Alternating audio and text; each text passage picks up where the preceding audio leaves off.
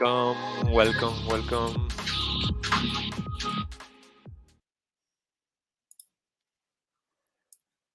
So, welcome, welcome, welcome. Hello, everybody.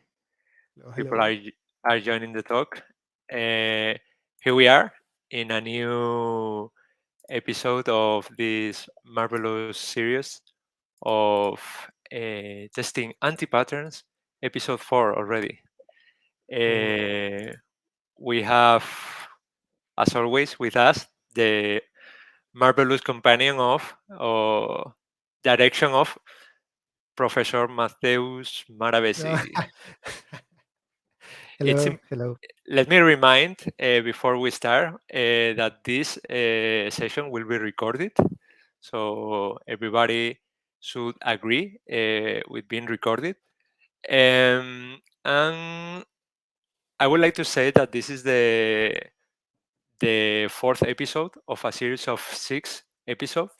So we will share later on in the chat the links to the previous episodes. I will be here as facilitator. My name is JM. My mother called me JM because it was cool. It sounds American. Some people call me Javier also, but call me JM. Yeah, let's start. Mateus, are you sharing the screen and the slides? I think so. Yeah. I'm sharing my screen. So there you go. So thanks, JM, for having me here. We have Helena as well.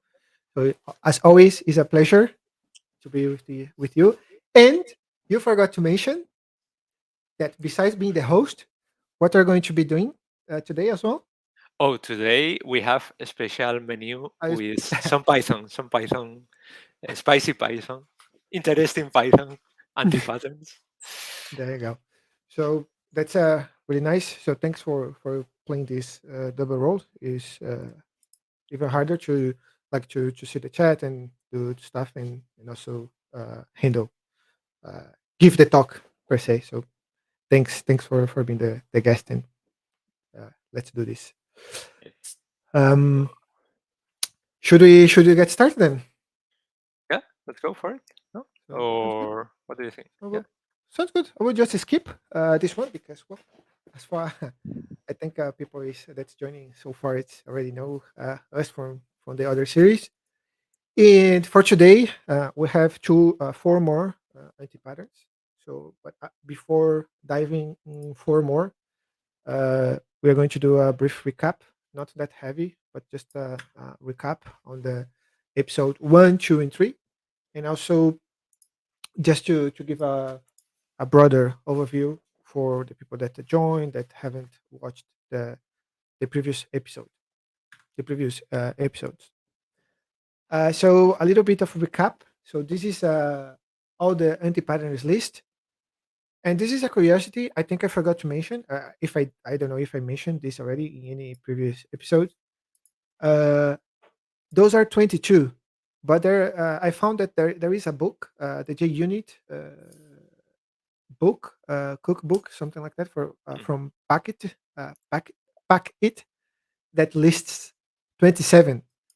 So here we are covering 22, which is, I think, the original one, quote unquote, the original any pattern. So, well, it is what it is. And then we have those 22. Along this series, we covered already those, I would say like 50%. And today we are going to dive in more on the, let's say, uh, more than 60%. So we are almost finished. We have this episode and two more. So we are almost there. Oh, almost there. Go, go. Which were the latest one in the previous session? In the previous session was all of those. The previous session was the loudmouth, the dodger, secret catcher, and the nitpicker, if I remember correctly. Oh, So yeah. The that secret was the catcher. last That one. The was. secret catcher. Yeah, that we had our guest. Yeah, that Pele was joining us to talk about this one. And well, just a overview. So just to keep in mind, I'm repeating this just to keep in mind that it was this talk was based on a survey. So we are having fun. discussing that should we use for loops inside test cases? How should we write tests? Is this an empty pattern? Is this a smell? So on and so forth. And the examples today we have a bonus that JM are going to show us in Python. But out of the survey, we saw that developers that answered the survey, they talked about JavaScript, PHP, and Java, the ones that they have they were most familiar with the anti-patterns. But today we are going to add this one more, the Python one on this one. So around that we have all these subjects around solid object calisthenics, non-determinism, test pyramid, and so on and so forth. And just to keep in mind that if you have questions around that, so we have 3 episodes, so you can go and double check them for this one. It's not required, but those are subjects that we tackled on the previous episode. There you go. So for today, as JM said, the menu today are 4 more: the grid catcher, the sequencer, hidden dependency, and the enumerator. So the grid catcher, I think it's popular. It's popular, at least on the code base that I worked with, and then the sequencer as well. So they're the popular one. What do you think, JM? Oh, Yeah, I think the sequencer is pretty interesting and uncommon. We will see also kind or review the hidden dependency, no? yeah, That, as the name said, is really difficult, no, to track. And then the enumerator, no, that I was doing it, the enumerator, when I start with this, no, like, oh, let's put everything together. So we will yeah, see. You will see. Maybe you recognize your yeah. past self in some of those. Maybe not. And just to see that we are not pointing fingers at anyone, we are going to share one of my personal projects that it's an enumerator itself. So just for you to see that we we go through those on a daily basis. Continuous learning always. Continuous learning, of course. And then, well, for today, as I said, those are the 4. And for my surprise, the hidden dependency was the second most popular on the survey. So, if I recall correctly, the first was the mockery. So, from the people that developers that answered the survey could recall, most of them could recall the mockery. And in the second position was the hidden dependency. And then the others, the grid catcher, the sequencer, the numerator, they are like down in the ranking. So in the rank, they are down. One of the least popular antivirus. So basically, no one that answered the survey could recall these antivirus. So they are not that popular. Doesn't mean that they are not frequent on the code base. This could be an indication for us that while developing, probably as developers, we even don't know that this was an antivirus that someone like catalogs did some work behind the scenes. Exactly. That's why I say also popular. So yeah, okay. So before we dive in, I think it's a nice time to have a challenge on anti-patterns. So I don't know if we have the pool ready. Let's And go. Let's go for it. I will. okay, We will publish some polls, and let's I see will. your. Yeah. So just to give a Um, context. Yeah. Go ahead. Sorry, Javier, today make a poll doesn't make sense because we have a problem with the platform and Okay. we are alone. And the Okay. video will be sent to the people that will be registered in the event, but make a poll maybe doesn't Okay. make sense. If you want to make a poll between us, it's okay, but Okay. we are alone in the session. Okay. I think it's not fair to do between But us Yeah, yeah. don't because worry. because we. We Oh, can I think we continue. lost. We are losing you. We can continue. Yeah, we can continue. Yeah, yeah. Hello. Ooh, I think JM dropped. So I would just keep going while he can join again. So don't know what happened. So the challenge, well, this is recorded. Ah, there you go. Hi Yes. there. Sorry, you mentioned the control said something and I disappeared. I ran away, but Yeah. No, I'm back. I'm back. no Okay. worries. The session is being recording, and all the people that are registered in the session receive the video in their emails when we finish the session. Perfect. Okay. Awesome. So I will just the offline challenge then. We can discuss, but I will present this this code snippet, and then we are going to discuss then maybe you and I, GM, why share our opinions, Exactly. right? Exactly. I think that sounds good. Okay. So the first one is this this is a test case from the Puppeteer, a really popular project on the JS ecosystem. And the Puppeteer is a headless browser, so you can automate. It's known by bots, so if you want to do bots and access web pages and stuff like that, so you can use Puppeteer to act as if it were a user, but in reality it is a bot. So you just it's related with Cypress.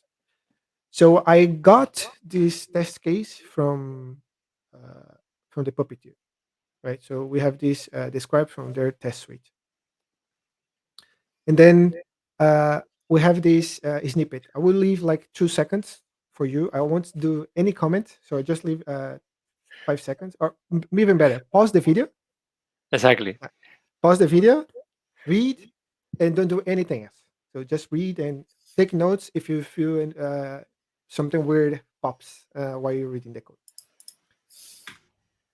And then next up, so if you pause the video, so nice, you have probably noted. And then here, we have a second approach to the same test case.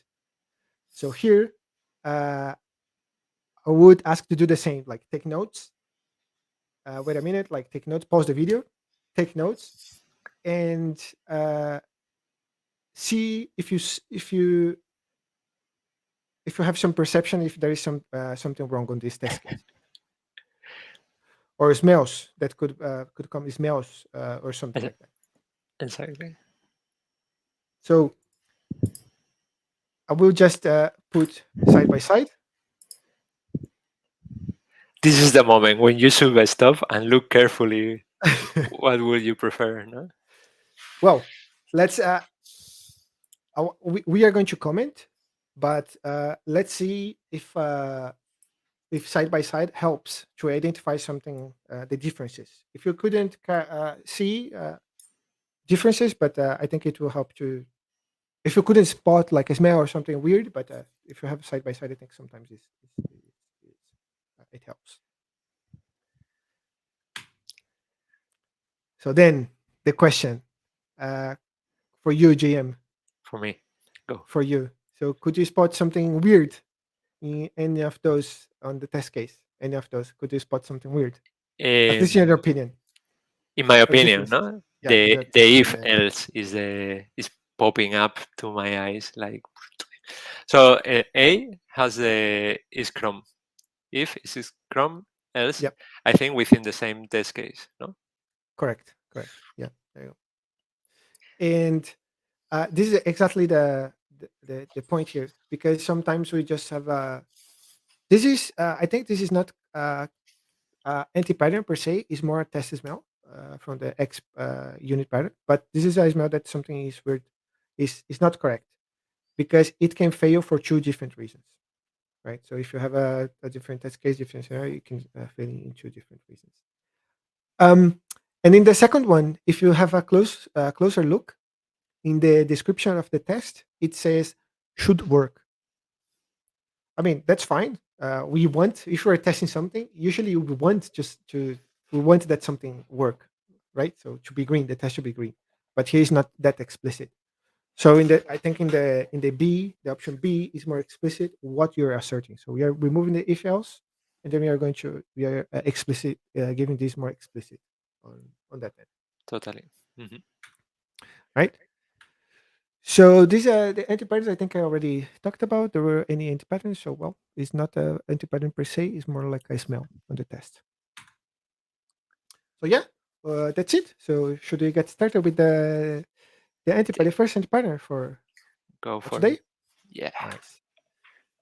So the first one is the grid catcher, and it says like is by definition it relates to the loudmouth that we saw on the last episode. And the loudmouth is when you're running the test and it does console logs and pollute the output. You don't see just the test running.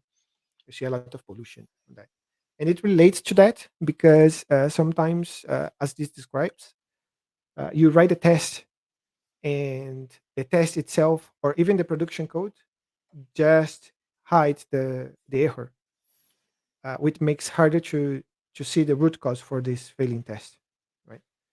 So, for example, here this is an example from the cashier Stripe. So this is a Laravel wrapper around Stripe, and what it does, it says like test retrieve the last payment for a subscription. So it's trying to retrieve the subscription, the last payment that someone did uh, for a given subscription. Then there is a setup. There is a setup. Given this would be like the given, right? It's a triple A as expected. Then it tries to add a subscription, and then here we say, at least for me, that starts to pop up that if the code reached this point, it expects an exception already. So at least there is something that's fine, but this pops on my head, and that's fine. Which means that if the execution reaches here, the test fails. So that's fine. And then we see this catch. So inside the test case, so here like is at least for me is as uh, it points to something that is like more implementation than actually a test case. But well, let's see how it goes. But I would like to focus on this e variable, because if you have a close look into this test case, you can't spot the where it's be used. So the test is just relying on the exception to be thrown, and if not, it will just fail the test right away. But when it throws this exception, it won't tell you in which line of code or where it failed, because the stack trace is hidden. So you won't know. You just will know like this failed because the payment did something, and that's it, right? So this is besides the try catch inside the test case. So this is also I think we can launch a survey just just on that. Should you have a try catch on your test case? Because this for me is also a sign that you should split the test case. But well, let's see how it is. Uh, the next one, I don't know, James. Do you want to say something No, that or add? for me it's kind of similar when no when you see this, it triggers my alarms. No, it's like the Mhm. if before, in the sense that Yes, you are branching the logic within the test itself, and even what you comment, no, that the exception is not used at all. So it's yeah, like, well, this is like smelling a lot, no? Like, what? correct. Because, for example, even the test framework, any test framework, gives to you ways to handle exception or to catch them during the test case. So I think it's a good idea to rely on the framework or the library that you're using to do the job. Right. So well, yeah. This is another example, and this is not on the test, not the test code, but in the production code. So what this is trying to do is trying to parse a token from a cookie, and then if there is token, so that's fine. So it doesn't do anything. It's supposed that it's just an example. So it's supposed that everything is fine. But if you're not, it redirects the user, does a logout, does a logout, and then if anything happens, and if anything happens inside this block of code, it will log out the user anyways. So a bit of context: this piece of code was like a middleware. So this is to check if the user can navigate to a given page. So that's why it has like the token and not. And if it doesn't, if it returns null, it means that the other middlewares can execute normally without any problem. So that's why it's returned no and stuff like that. But if you look close carefully, we have this catch again. And this is in the code, in the production code, right? And then we have this logout. So now let's switch and see the test for this code. So the first thing, as I said, it's a middleware. So this middleware receives these parameters from the server. So in this case, we are creating these parameters by hand to passing in this example. And then once we created this, and note, I think it's worth mention that uh, the code is how we are passing the code, the cookies, the token is abstract. So we don't have the cookie here. So it's implicit by this iContext cookie. So this is implicit. It's like a builder, so it's implicit, right? And then we have this next serve init that initialize the server, which is just called a function, and passing those two parameters.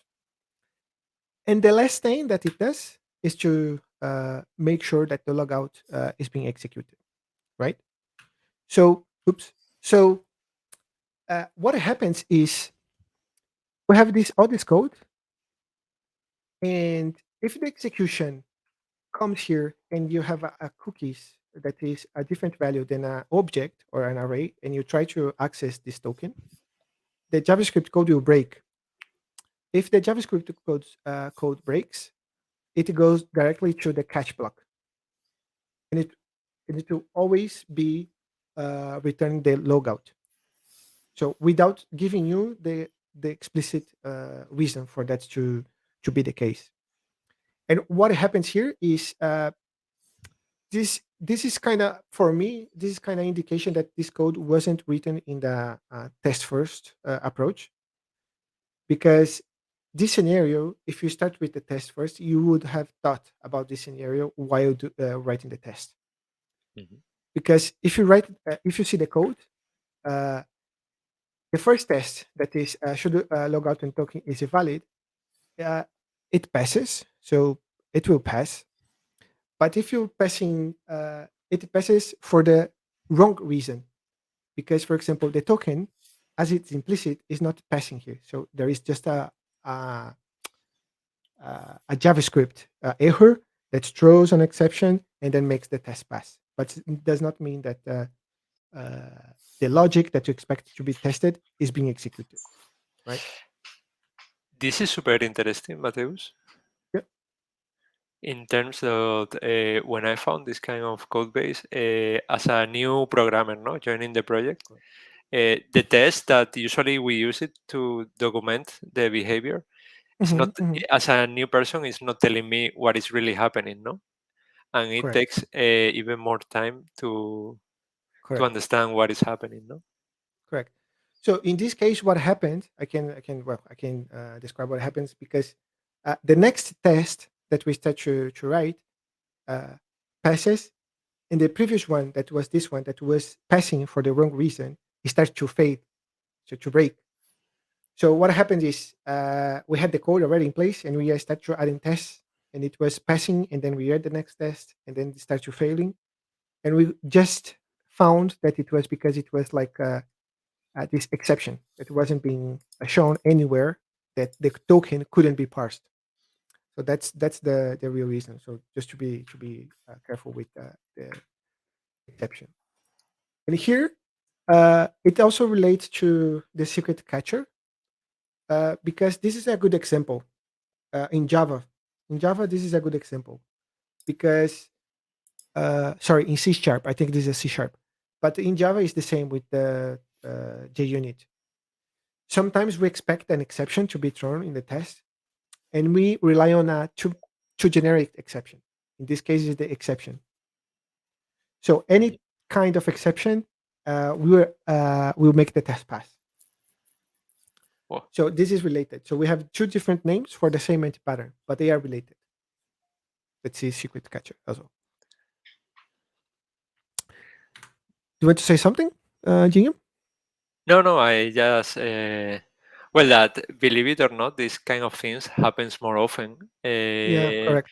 than one may think. Even you can find yourself due to the pressure or so writing this kind of test, and once undo the exercise of, oh, stop, let's stop. I mean, it's kind of working for my test case, but let's think a bit beyond, because maybe what I'm writing is really confusing to others. Yeah, it's really really interesting pattern. And we have now the sequencer. Yeah, and the follow up we have the sequencer, which is not a really popular one. So this is interesting because we touched on this point on the is not on the last episode, but one meetup that we did around testing assertions. So see, I relate to anti patterns and testing assertions. So how those subjects connects, and by definition, it says like we try to assert on a un ordered list, or we're trying to assert that something happens in a list, for example, in a ordered manner, and it shouldn't be the case. So you don't expect the order in the test case doesn't matter. So how does this apply to the code? So I have here an example from this assertions meetup, and here is an example. So for the test, from the name of the test, I can see that the order is not important, because what I expect is that this list, this array, has three different fruits, right? And this is explicitly saying like I want this fruit on the zero, on the index one, two, and so on and so forth. A better way to rewrite that would be this approach, without explicitly saying the order, like the index, not the order, the index. Sorry. Instead of 0, 1, 2, you just care about having those fruits, right? So this is a made up example, right? So this is a made up example with array containing. That's from Jest, if you're familiar with. Um, and here, in this made up example, the test, as I was saying, uh, shows up that doesn't really matter the order. So, for example, if I switch banana uh, with mango, for example, the test will still pass, right? So this is a made up example. And now I will pass into JM so then he can elaborate more on our real code example that he wants to show on this one. Yeah, perfect, Matheus. Let me take the control of Okay, this. one more. Yeah, thank you. So let's put the grain of Python on the talk with a real example, no, from a personal project, no. Totally. The test case is so for you, for the people new to Python, no, you have the comments given when then the familiar structure. So the test case starts here, no. We have the given session. The given is basically trying to create well, all the repositories, all the needed data for the test, and the get predictions try to get some results, no.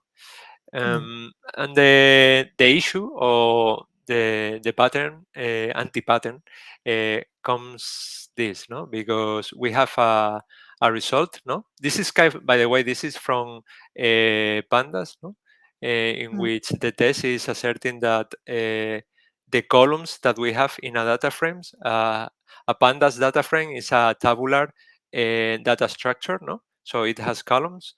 And what the test is asserting is that the result of the prediction has a certain amount or certain columns, no? And the tricky point here is about, I mean, the order, no? We are not accessing the elements, okay, in a specific order or fashion, but we are failing, or this is the result of the test. As you can see, it says that it's failing, it's 100% failing, and it's because the expected and the actual results are not equal, and they are not equal because of the order, no, the sequence. And to be realistic and to show this small change came because someone, I don't know if you noticed in the test before, we were loading from a CSV, no, and someone in the project just changed the columns of the original testing file, no, because it should not matter the order, no. For us, we can process a data frame or get a prediction independently of the order of the columns in the data frame, but the test was expecting a given order, no. So basically, it's implicit, no, this Mateus disorder. Yeah, yeah.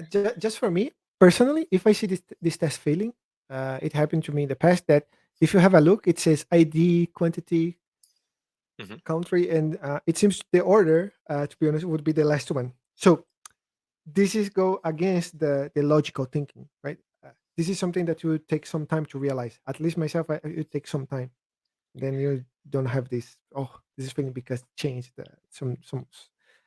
something changed in the fixture and stuff like that. Yeah, exactly.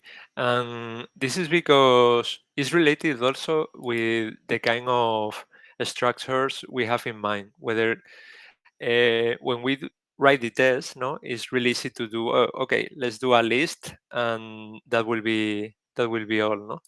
Um, but we can think and work on better assertions, no. Mhm, One idea is, okay, let's assert one by one, no. mhm, You can have one or multiple assertion. This is a personal preference, no? yeah, But let's say that you can have one, and you can, because one can expect all of them to be in the result. You assert one by one, or another option, no, that we have is like, okay, let's expect, or instead of having a list with the columns, let's have a set in both sides. And mhm, this knowing your data structure that the language provide may help in this way, because you will have unique, well, in this case the uniqueness is not important, but you will have the same order, the same uh, sorted elements within the two collection, and then the assertion will pass, no. So one should know, no, it's like the the test framework that you are using, no, like what yep, you saw before, it was providing some capabilities. The language itself, especially Python, that is really or try to be easy to use, one can work with this kind of sugar, no. So take a message, Mateus, what do you think? Know your data structures, or totally. but perhaps no, the most important to me is the second one, no. Think about the role of order, and think whether it's important. Maybe it's important, no, if you are, for instance, waiting from a queue, from a FIFO, you expect some For, order, for, no, for and example, you can have this kind of um, or you can avoid this kind of anti-pattern, no. yeah, and I would like to mention that I really Oh, like sorry. this example because no, I'm going back, so that's fine.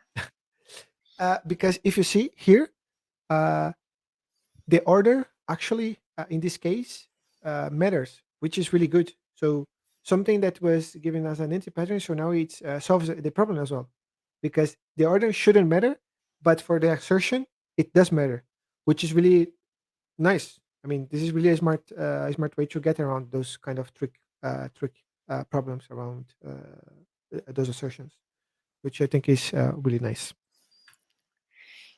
Yeah, So cool. the hidden, yeah. So the hidden The hidden dependency. uh, This is the most tricky to me. I mean, the most hideous, demonic, devil problem or anti-pattern, because it's really difficult to catch, no? And so basically, we have some. The idea is that we have some data used for testing, no, yep. and that data cannot be reached for whatever reason, was not populated, or was populated wrongly, no, due to a typo or so, no.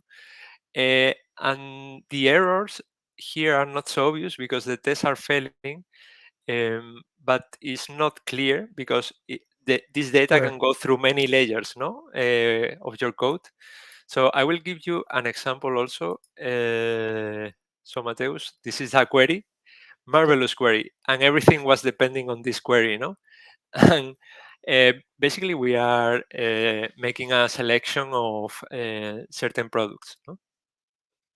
And the product, there was a label whether it was a test or not, test data. Okay. Which is the A, truth. a It's purchase. test. Yeah, that's it. Yep. Yeah, exactly. So everything was kind of depending on product test is true. So the code or the code under test was this. We have as again, the structure is similar as before. We have let me jump back. Okay. We have the name of the test case. We were with a fixture having our database from a SQL. Okay. The SQL was populated with dummy data. And well, we had the given.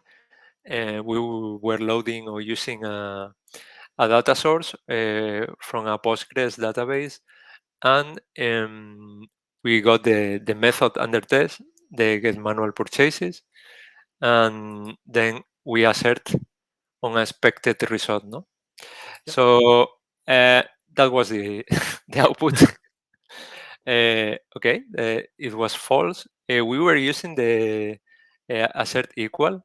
Um, for those of you working with pandas, take a look into the pandas documentation, because panda itself has already some assertions.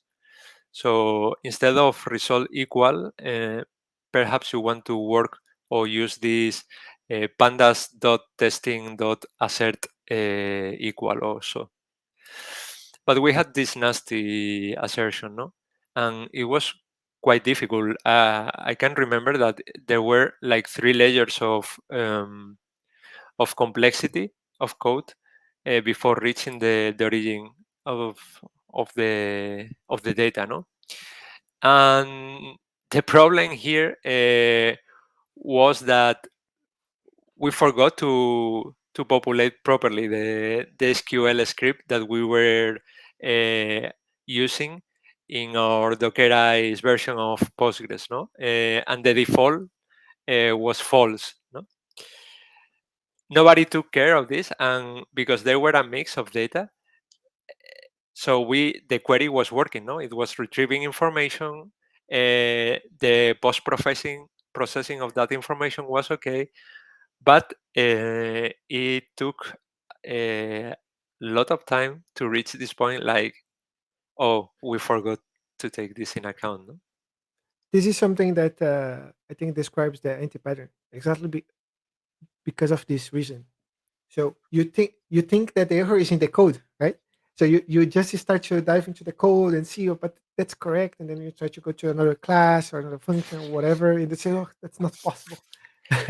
And then when you Exactly. see, and when you see, oh, this is the data, but then you just lost like I don't know how many minutes. And it's super easy to solve it, no? At the end is okay, Yeah, yeah, just but especially this is also tricky if you are not the person working on this ticket feature or test, no? Like someone left this feature not finished, and you try to finish, and you don't know exactly how I mean, you trust that the people populate the data properly, especially if that data is correct. used in other test cases.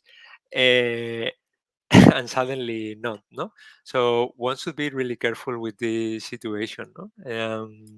Well, Mateus, I think you have another good Yeah, example in your yeah, head. this is a good example. So this is, I think, is for people that use JavaScript, JS in the front end stuff. So here, for example, we have this test that in here we talked about database GM should accept in Python like in the backend, but in the front end we also have places to store data, right? So if we go if we apply this definition a bit, if we apply that to a broader definition on the front end, I will have this test case that just tries to pick up an admin from a given select. So I have a input that tries to pick up some users in the list. Then you have the store. Then you have you render the component if you're familiar with the React test library. So or the test library itself. So it just render the page, and then you try to click on the element where the list is, and wait for the admin to be displayed. The problem here is, can you see where the data come from, GM? So how do you know that it will be the admin? So how do you know that the text will be there? Yeah. No idea. So it's kind of hidden, right? So it's exactly what you said. So the query in your case as well, the parameter was in the query. It's not from the test. You don't populate. Say, look, populate my database from this with this parameter, right? And then here exactly happens the same because they store. You build up the store. So for example, here we have the store. And even worse, because we have inside the store where we define the store. The store is the place where the data that we use is defined. So if you want to know more about the Flux pattern or how Vuex or Redux works, so this is we are trying uh, to use some data, random data, just to make this test pass using this pattern. And then when the test is failing and you see could not search for the admin from this text, right? So you just say, so what's going on here? I don't know. So you just start to go in the store. So then the store, you see that inside the store, you have the admin store. And then you pass in the admin list. And then the admin list is a module. And then the module have the admin. And then uh, you just start to dive in the code, right? So it's not clear that the error is, look, this comes from the store. So if the test is failing, there's no such a point that you see, oh, this is the error. If I click or if I see the line, whatever, I go back and see the error. And for me, on on this piece of code, I think being explicit helps. So, for example, if Okay. you're testing the admin list, so just create the list, and it says, look, this is the list. This is what I want with this name and whatever. So now, oops. So now you can see that the assert, the admin matches the data that you're creating, the admin, the name. So then you can use that as an alternative for this and make the test explicit. It is super nice that such a small change, no, Yeah, increase exponentially the readability the of readability. of the test, no? Like, okay, now I know everything's Correct. clear. It's not like I have to dig through the store and jump to another For store. example. So these small efforts bring a lot of value to the code. Yeah. And sometimes we don't realize. So as developer, we don't realize that this makes a huge of a difference. But yeah, I agree with you. So yeah, points of attention. So yeah, for me, I mean, sometimes it's possible to use libraries to generate fake data. Uh, I left or we left a link here. Yeah. If possible, to me, sometimes is let's just keep the data under test. Mhm, Let's not put it in a file. Let's mhm. put it within the test case. Sometimes you have a longer test, but at least the test itself has all the information and it's much easier to see whether there is a typo or so than rather go to a SQL script or a JSON or so. Totally. Yeah. Test data adapted as soon as possible. I think that's fair enough as well. Just if the data layer is giving the, I mean, even the repositories, right? You mentioned repositories, so test data installation. It's giving the Exactly. and the external sources. Yeah, and I would add this. Well, you already mentioned be explicit. So yeah, there you go. That's it. Exactly. So the enumerator. This is. Oh, Oh, sorry. there you go. There you go. Go ahead. Um, but this is kind of going into enumeration of test cases, no? And this enumeration is hiding the real purpose or goal of the test. So one clear example, here comes Python again to the anti-patterns. Yep. This is kind of this is a test case, no? Test set This is status. So what this one is this is yeah. This is a good this is a good point. So it's offline. So the people that has the recorded version, pause and let us know. Well, let us know. Well, try to do the exercise. w- w- what do you expect from this test, right? Set the set the status, right? So what do you expect this to be the case? Do this exercise and then uh, check. Then you can hit the play again. and now coming back, it's good to well basically when I saw this I have no idea. I was like, well, test set the status. Okay, set the status is test. But what? How? Why? The structure is similar, no? But w- the enumeration in this case was the different row with status inactive, no, Matheus? Correct. In these cases, each of these rows were then asserted, no? Which is kind of similar to have because you can have also test status one, test status two. So this is the same, but combined with the giant anti-pattern, no? Like putting everything Yeah, in one single test. So it's a fusion of yeah, yeah. go Mateus. And this also makes me think uh, would matter if I move the inactive two to be executed first and then after the inactive one. So In this test case, I think it doesn't really matter to be honest. But well, yeah, that's the thing. no, I think in this in this case it didn't matter. But imagine that you have such dependency. I think you Yeah, we will combine. We will have like three anti-patterns in one single case. No, like yeah, that will be the perfect storm or something like that. So this is when this fails, it's not obvious why it's failing, or even worse, no. In this case, combine it with the giant. If the first fail, you don't know if the others are failing or not, yeah. because the exception will be raised from the first one, no. There you go. And this is even more real, no. Well, yeah, but this is a combination. This combines two independents as well. So along those lines, one, two, and three, like trying to create a sequence, like to enumerate a sequence. This is a VS Code extension for those who like VS Code extension in PHP.